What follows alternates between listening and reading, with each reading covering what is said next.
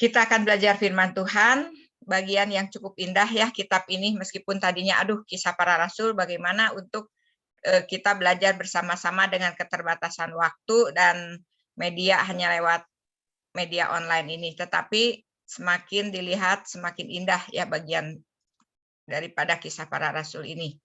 Kita masuk ke bagian kedua, mulai dari Kisah Rasul pasal 13 ayat 1 sampai pasal 28 ayat 31. Sebelumnya, kita akan baca terlebih dahulu beberapa ayat dari bagian Kisah Rasul kedua ini.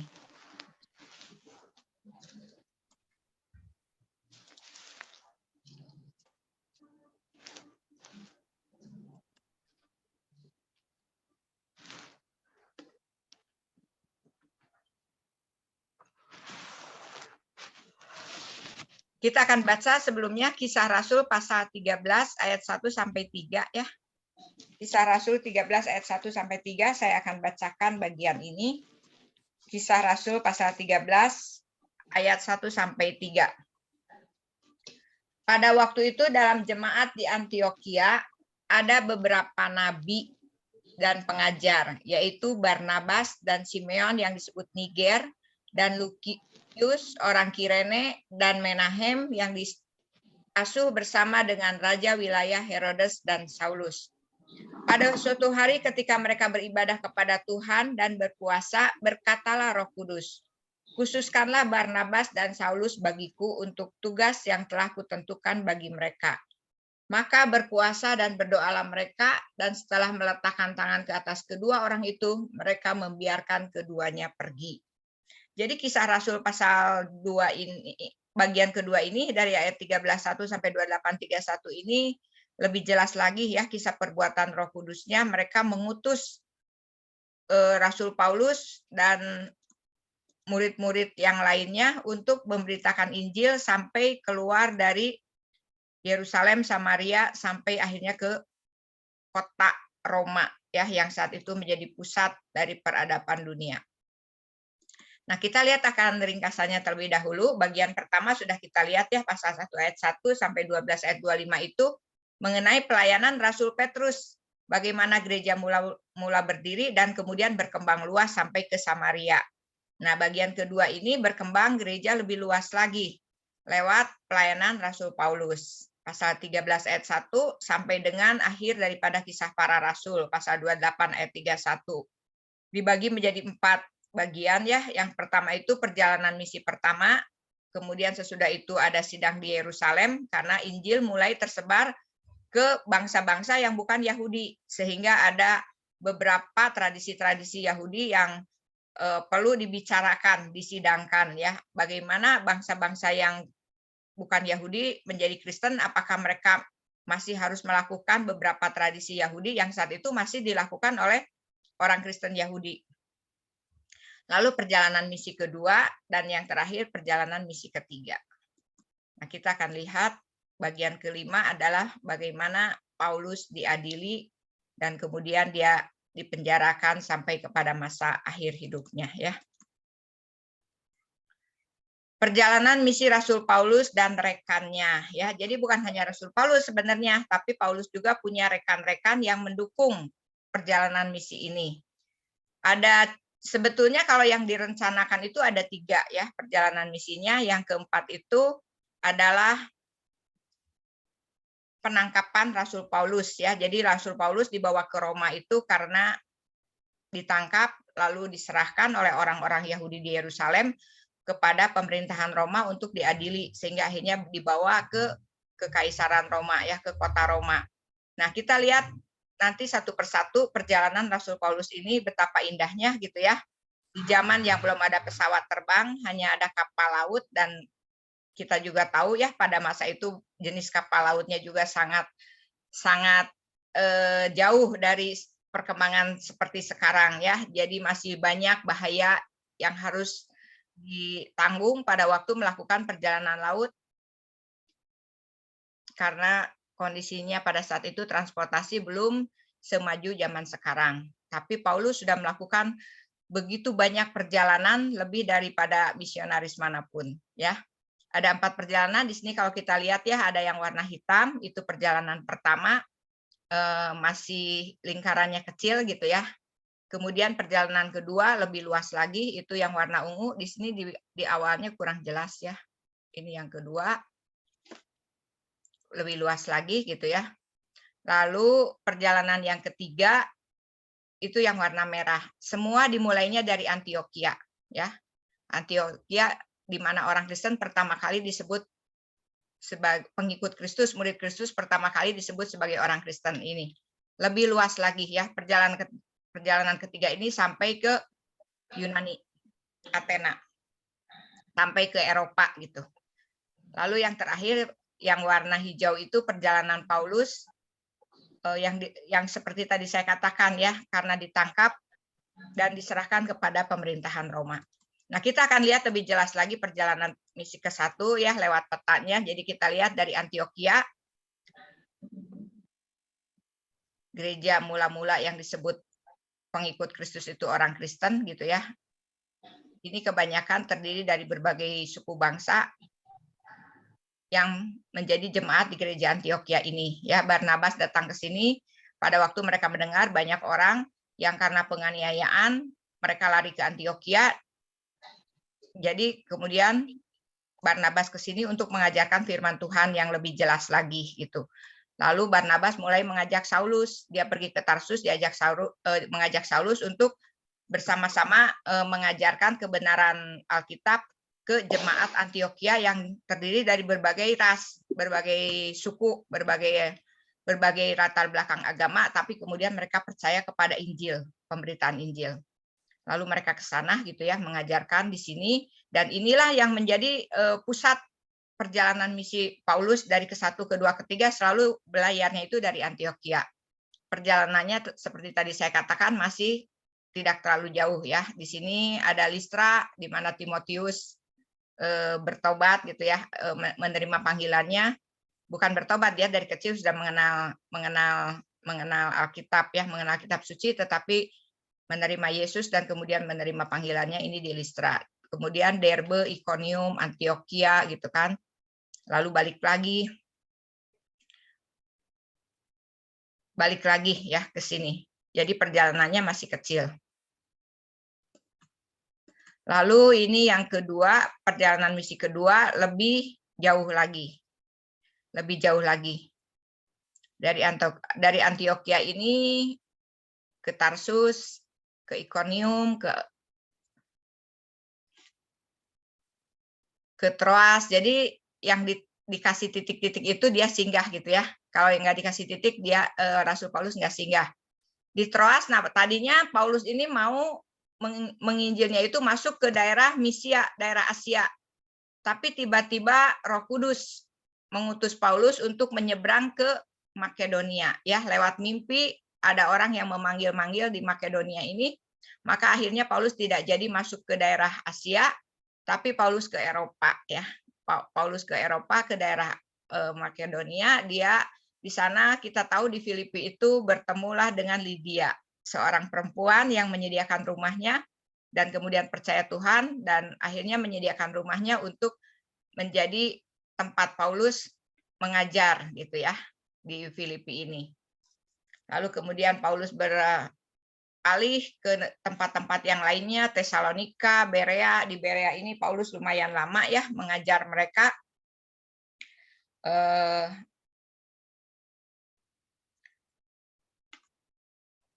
Sesudah itu Paulus ke Korintus, di Korintus bertemu dengan Aquila dan Priscilla ya. Di sana Paulus juga lumayan lama bekerja bersama-sama dengan Aquila dan Priscilla ya. Aquila dan Priscilla juga pasangan suami istri yang terbuka, rumahnya dijadikan tempat untuk pengajaran firman Tuhan gitu ya.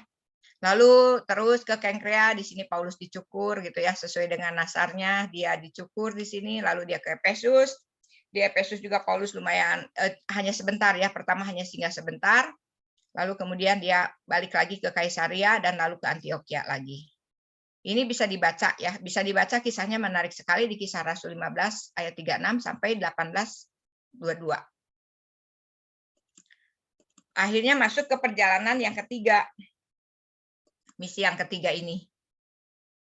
Dari Antioquia lagi ya, dia ke Tarsus, ke Iconium, ke Efesus. Nah, di Efesusnya ini Paulus agak lama, 2 tahun ya. 2 tahun di Efesus dia mengajar di ruang kuliah Tiranus. Dia banyak mengadakan mujizat di sini. Di sini ada pertobatan para ahli ilmu sihir. Jadi Efesus ini sebenarnya kota para dewa ya. Terkenal dengan dewa-dewa, dewa Artemis gitu ya, pusat para dewa. Jadi di sini terjadi pertobatan banyak orang-orang yang punya ilmu sihir, sampai ada pada waktu mereka bertobat gitu ya, ada pembakaran seharga 50.000 keping perak dari buku-buku sihir yang dibakar di Efesus ini. Kita bayangkan Tuhan Yesus aja pada waktu dijual 30 keping perak. Ya, harga budak saat itu sebenarnya lebih rendah daripada 30 keping perak. 30 keping perak. Ini 50.000 keping perak. 50.000 perak. Jadi betapa berharganya buku-buku yang dibakar oleh mereka yang bertobat gitu ya. Mereka menyerahkan buku-buku sihir mereka, jadi betapa banyaknya gitu ya buku-buku yang diserahkan karena terjadi pertobatan di sini. Kemudian Paulus pergi ke Troas ya. Di Troas 7 hari dia diskusi gitu. Kita tahu di Troas ini Paulus diskusi dengan beberapa orang percaya sampai larut malam, sampai Eutikus jatuh dari jendela karena ngantuk mendengarkannya gitu ya. Jatuh dan meninggal. Tetapi kemudian Paulus mendekapnya, merebahkan diri di atas Eutikus, dan kemudian Eutikus hidup lagi ya. Jadi banyak mujizat sekali. Sampai dikatakan sapu tangan Paulus aja bisa menyembuhkan orang sakit gitu ya, karena kuasa Roh Kudus. Nah, kita lihat ya, dia mengunjungi lagi tempat-tempat yang pernah dia kunjungi sebelumnya begitu. Meneguhkan yang di sana, kemudian dia juga ke Korintus, mengajarkan lagi di sana ya. Dia juga ke Tirus berdoa dengan murid-murid. Padahal pada waktu dia di Tirus itu Roh Kudus sudah ingatkan untuk lewat murid-murid di Tirus ya, bahwa dia jangan ke Yerusalem. Pada waktu dia mau mengakhiri perjalanan misi ketiga, di Tirus ini beberapa murid-murid berdoa dan dibisiki oleh Roh Kudus bahwa Paulus itu di Yerusalem akan ditangkap gitu. Tapi Paulus tetap lalu dia ke Kaisarea, di sini dia bertemu dengan Filipus gitu.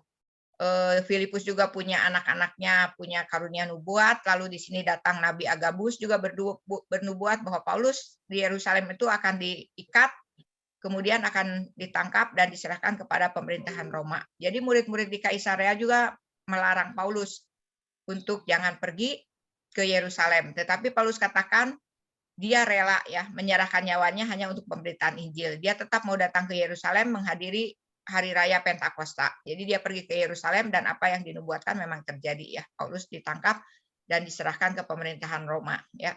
Jadi dalam setiap perjalanan ini tantangannya luar biasa. Dalam setiap kota di mana banyak orang bertobat, Paulus selalu dianiaya ya. Ada yang ditangkap, dimasukkan penjara, disesah, didera, mau dibunuh dan lain sebagainya. Jadi setiap perjalanan yang mengandung resiko, bukan hanya resiko alam, kedahsyatan badai laut gitu ya, tetapi juga resiko kerusuhan karena setiap orang, khususnya orang-orang yang punya kepentingan nafkah gitu ya. Di Efesus pada waktu orang-orang bertobat, maka tidak lagi orang menyembah dewa-dewi, khususnya Dewi Artemis, pengusaha patung-patung dan semua persembahan-persembahan untuk dewa itu protes gitu ya, membuat huru-hara untuk menangkap Paulus. Jadi banyak sekali, bukan hanya dari kalangan yang tadinya non-Yahudi, dari kalangan orang Yahudi sendiri juga yang nggak percaya tetap berusaha menangkap Paulus. Di Yerusalem juga sama ya. Itu orang Yahudi yang menangkap Paulus, yang menolak pengajaran tentang Tuhan Yesus. Jadi setiap perjalanannya ini penuh dengan resiko, tetapi Paulus tetap ya meneguhkan pemberita-pemberita Injil, dan kita lihat juga rekan-rekannya yang luar biasa ya, rekan-rekan Paulus yang mereka juga banyak petobat-petobat baru, tapi pada waktu melihat Paulus dianiaya, ditangkap, bahkan Silas sendiri juga mengalami penganiayaan gitu ya. Tapi mereka tetap setia kepada berita Injil. Nah, di dalam perjalanan keempat ini seperti tadi yang saya katakan ya, ini nggak di Antioquia, tapi dari Yerusalem langsung dia dibawa menuju sampai kepada Roma. Ditangkap ya. Dia dibawanya sebagai tawanan dari pasukan tentara Roma. Nah, sekarang kita akan melihat para utusan Injil dalam kisah para rasul. Sebenarnya kan bukan cuma Rasul Paulus, tadi saya katakan ada rekan-rekannya. Kita lihat ada Filipus di Samaria ya. Ini ayat-ayatnya tercantum di sebelahnya, bisa dibaca ya. Petrus dan Yohanes. Petrus dan Yohanes mengunjungi orang Samaria yang baru percaya untuk meneguhkan mereka dengan kepenuhan Roh Kudus. Ini kisah para rasul 8 ayat 14 sampai 25. Filipus itu yang pergi ke Samaria ya, memberitakan Injil. Orang Samaria yang pertama kali, bukan Yahudi, yang percaya kepada Tuhan itu hasil penginjilan Filipus ya. Lalu yang ketiga Paulus. Paulus dalam perjalanan ke Damsyik sebenarnya untuk menangkap orang Kristen dan menganiaya, tetapi ya ditangkap Kristus ya. Bertemu dengan Kristus, berjumpa dengan Kristus, dan kemudian dia menjadi utusan daripada Tuhan Yesus. Petrus dipimpin Allah melayani keluarga non-Yahudi pertama, yaitu keluarga Cornelius. Jadi ini Petrus ini yang paling sangat kuat dengan tradisi Yahudi. Dia sama Tuhan sebagai rasul besar di abad itu gitu ya.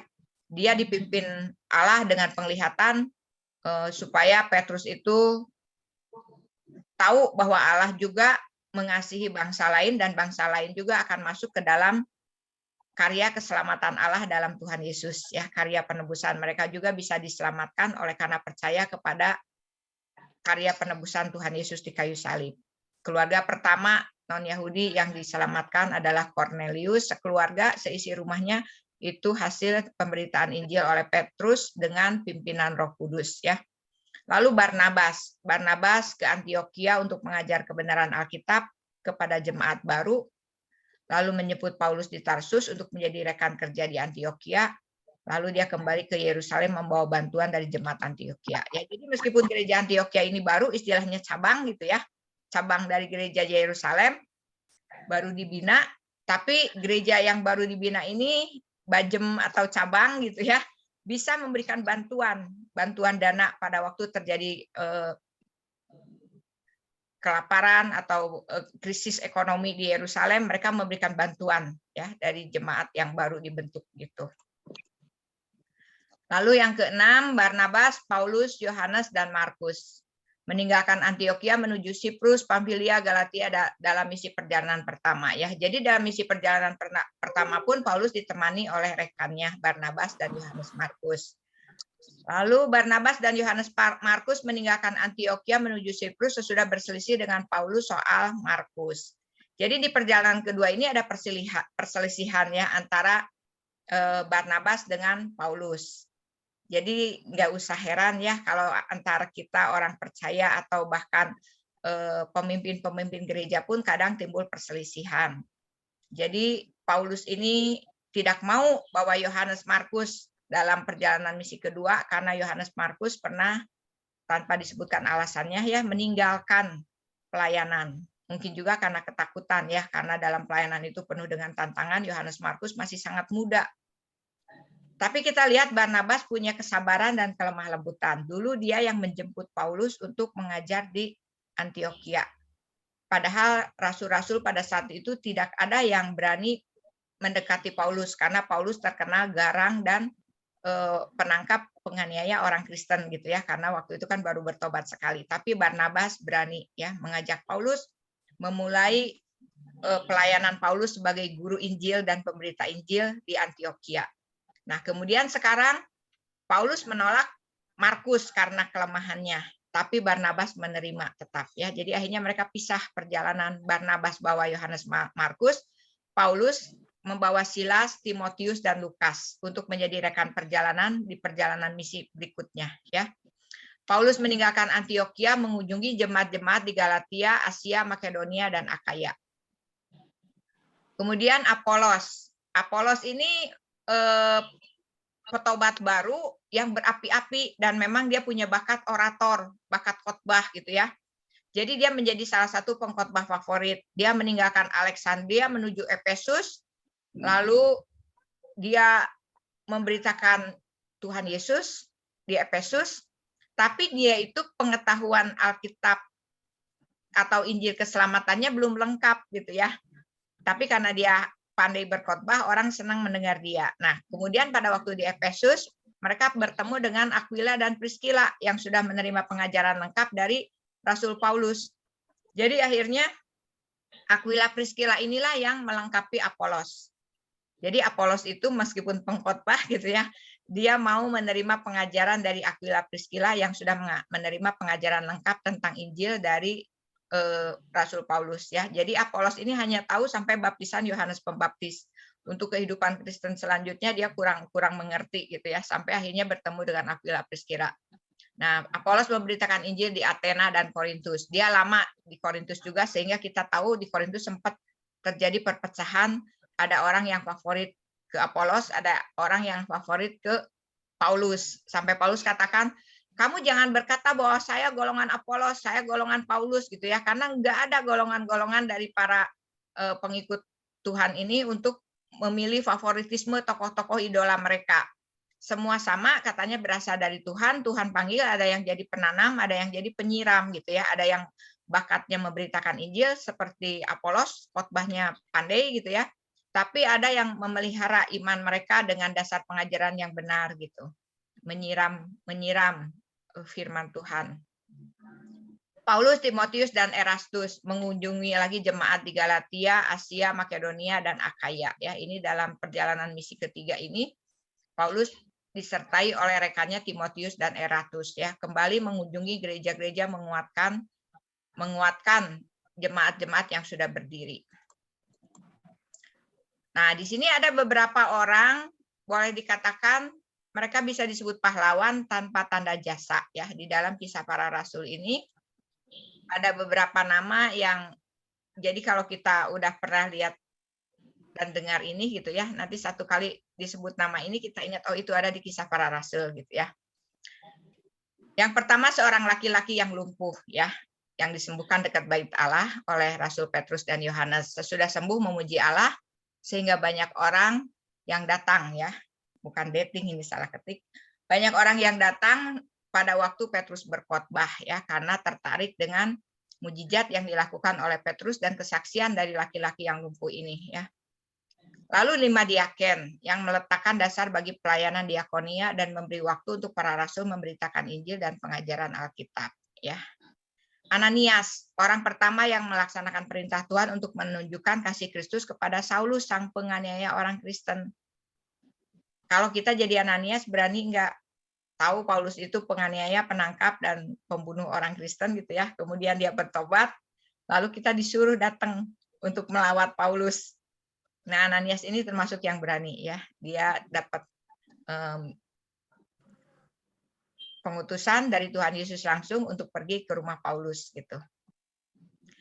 Lalu Cornelius memperlihatkan kepada Petrus bahwa Injil adalah untuk semua bangsa Yahudi dan non-Yahudi ya. Rode kegigihannya membuat Petrus bisa masuk ke rumah Maria, di sana Petrus akan aman. Jadi Rode ini pernah melindungi Petrus dari ancaman yang mengancam nyawanya gitu ya.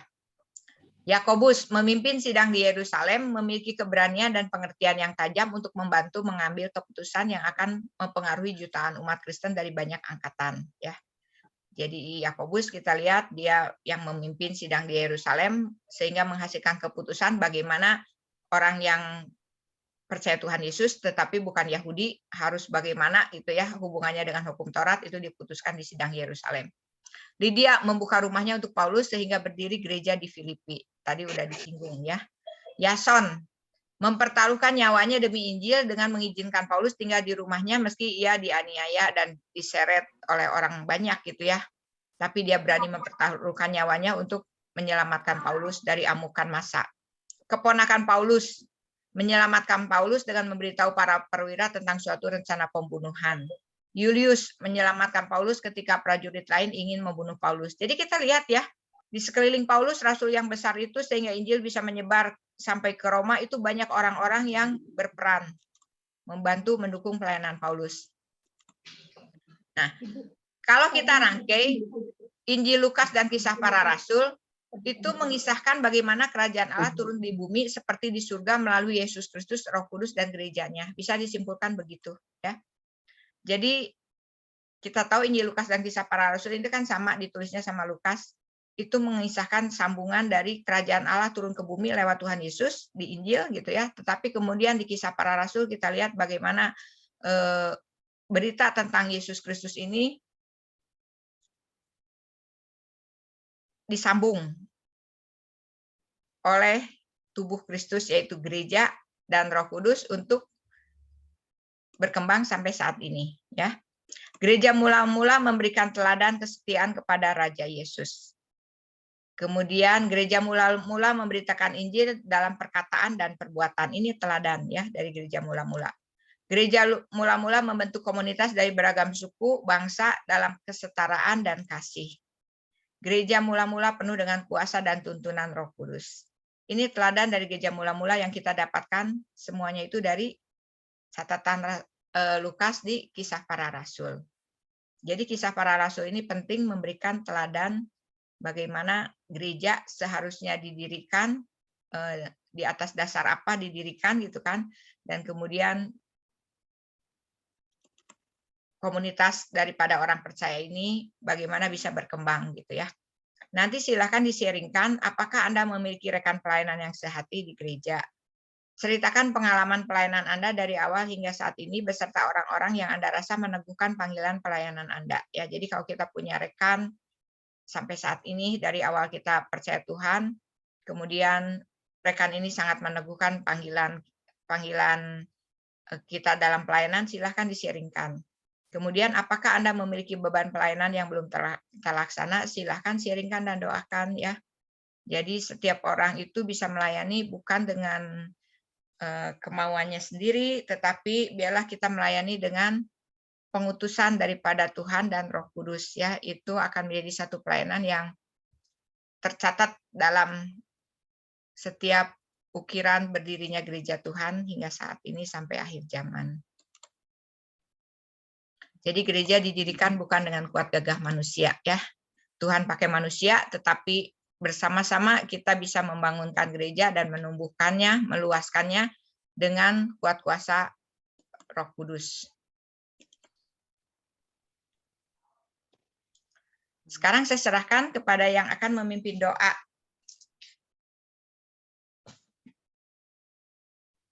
Silahkan.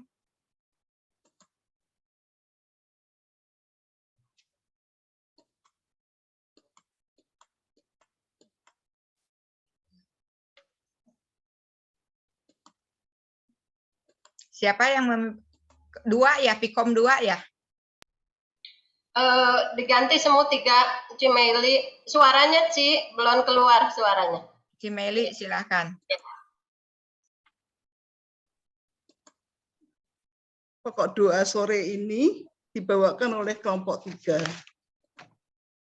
Ada banyak ya yang mau didoakan. Di antaranya itu nomor 1, Cik Syokchan. Cik Syokchan itu jatuh di kamar mandi dan sakit tulang ekor. Cik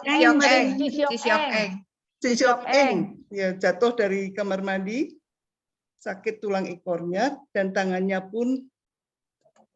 maupun badannya bagian dada juga sakit. Yang kedua itu suaminya Cik Syoklan mengalami jatuh lagi dan pelipisnya dijahit. Yang ketiga ada lagi tambahan untuk Cik Wewen yang hari ini nggak bisa ikut Zoom karena kurang enak badannya. Keempat kita berdoa nanti buat Paupe. Kelima berdoa untuk Pak Alvin. Dan yang keenam Melia yang sesak napas. Saya akan berdoa untuk 3 orang dulu, yaitu Cik Syok Eng, suaminya Cik Syoklan, dan Wewen yang hari ini kurang enak badan. Tuhan, Bapak kami yang ada di surga, Sore hari ini kami datang ke hadirat-Mu Tuhan, kami untuk mendoakan beberapa teman kita yang sedang sakit, diantaranya itu Cik Siok Eng yang mengalami jatuh di kamar mandi dan sekarang sedang sakit tulang ekor maupun tangan dan badan bagian dadanya sakit. Kiranya Tuhan setiap usaha yang diusahakan untuk kesembuhannya itu bolehlah engkau sendiri yang mengabulkan dan memberkati bagi kesehatannya.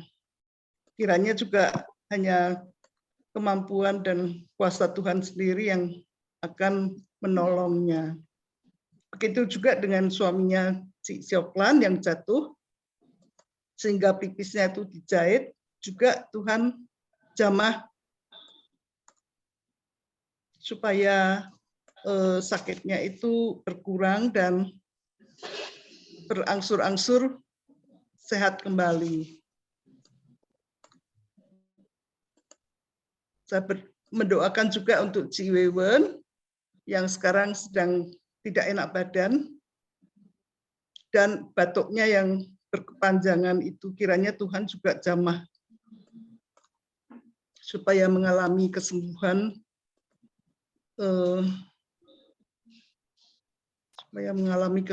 dan berangsur-angsur membaik. Kami serahkan semuanya hanya dalam tangan Tuhan yang tahu apa yang terbaik bagi mereka. Kiranya Tuhan juga memberkati usaha mereka untuk berobat, misalnya obat maupun dokter maupun usaha lain yang dipakai bisa menyembuhkan mereka dengan baik. Dalam nama Tuhan Yesus kami bersyukur dan berdoa untuk kesembuhan mereka. Amin.